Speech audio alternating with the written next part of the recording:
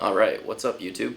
Today we're going to talk about the London Mulligan rule. So yesterday Wizards of the Coast announced that we're going to be using the London Mulligan rule starting in core set 2020. It will be in place for the pre-release and then going forward after release day. They've also given us permission to use the London Mulligan at regular REL events before that happens. So for FNM, we're going to be using the London Mulligan rule. You might see stores doing it at game day or any other regular REL events during the week. So we're going to first talk about the Vancouver Mulligan because we actually get comments from time to time more or less accusing people of cheating by looking at the top card of their library after they've mulliganed. So the Vancouver rule is that after you've mulliganed and you declare that you're keeping your hand, you get to look at the top card, scrying, and decide to leave it on top or put it on the bottom. The reason they decided to do that rule change was that a lot of times you'll get a 6-card hand that is really close to keepable if you just knew the top card of your library. So they wanted to make it so that a lot less non-games would happen. So you get a little bit of control over your draw step, your first draw step. So the change that they're making with the London Mulligan rule is that now it's a little different. So if you don't like your 7-card hand, you're going to declare your mulliganing, just like you would normally. Going around the table, all the players will decide to mulligan or keep, and then at the same time everyone shuffles and draws a new hand. So you're going to draw a 7-card hand. That's where the difference is. So you're going to have 7 cards in hand, and you're going to decide which one of these do I want to put on the bottom of my library. And if you mulligan twice, it'll be 2 cards. 3 times will be 3 cards. So the difference is that you're seeing all 7 cards and then choosing which ones to put back in the library, but you're not going to scry at this point. So if you mulligan once, you put 1 on the bottom. If you mulligan twice, you put 2 on the bottom. Now the interesting part is that you put the cards on the card or cards on the bottom before you declare if you're going to keep or mulligan. And it may seem a little odd, and players are definitely going to shortcut through this and just throw their whole hand back and mulligan again if they don't like any of the cards. The reason for this is one card in particular, Serum Powder. So Serum Powder reads, anytime you could mulligan, and this is in your hand, you may exile all the cards from your hand and draw that many cards. So we would have the problem with a 7-card hand and Serum Powder in it. On the mulligan, you could say, oh, well, I'm going to Serum Powder and draw 7 new cards. But you, in fact, would only be drawing 6 because you're going to put 1 on the bottom, and then you're going to use your Serum Powder and draw 6 new cards. So it's kind of a weird instance where... Oh, that's not on the edge of the screen. It's kind of a weird instance where they've just got specific wording for one corner case like this, and I couldn't think of any other cases where this would be applicable. So now I'm going to show you an example of what a London Mulligan will look like. So I've got a, this was just like a welcome deck, so I'm just going to shuffle it up here, try to get it on camera. So say this is your opening hand, you're going to draw 7. So we'll draw 3 more. So we've got, let's just say we don't like this hand. It actually looks okay. So we're going to mulligan. So we're going to throw these all back.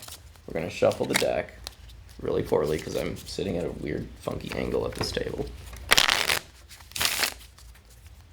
Alright, so then we're going to draw 7 again.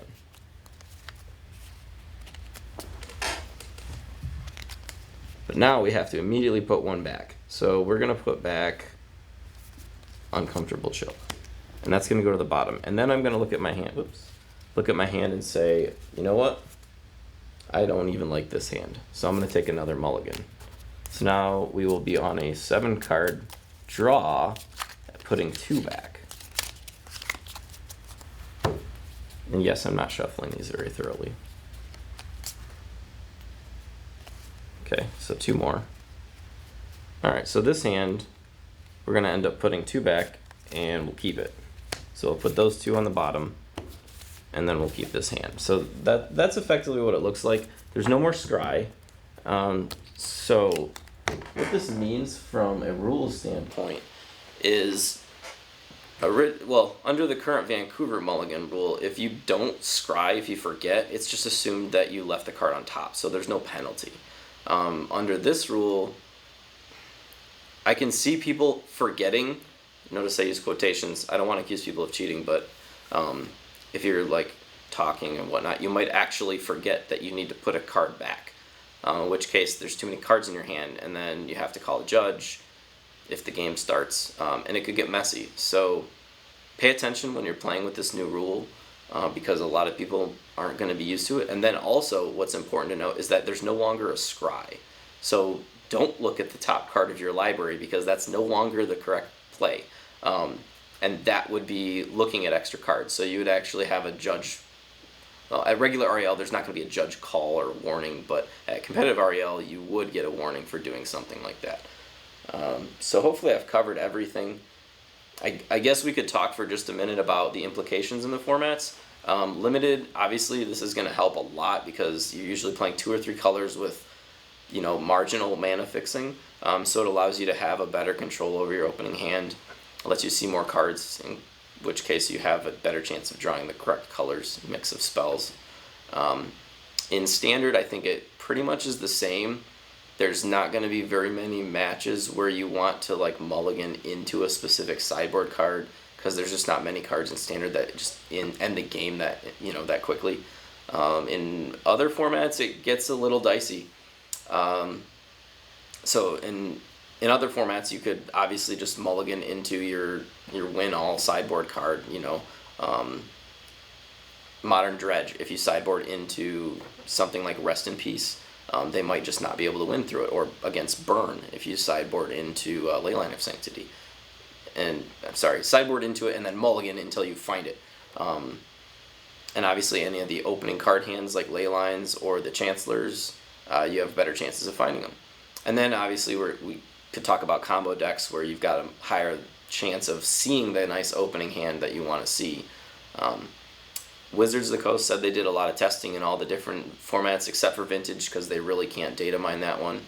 And they said that, yes, the decks do have a higher chance of drawing the nut draws, but at the same time, the other decks have an equal better chance to draw the answers they need. So hopefully it doesn't kind of warp the formats. I'm sure we're going to see some deck building strategies that change things a little bit, but overall I think it's a good change. There's a lot of games that just are basically won or lost on the opening hand, and hopefully this solves a lot of those problems. So thanks for watching. Hopefully I didn't miss anything. Leave a comment below. Tell me your thoughts.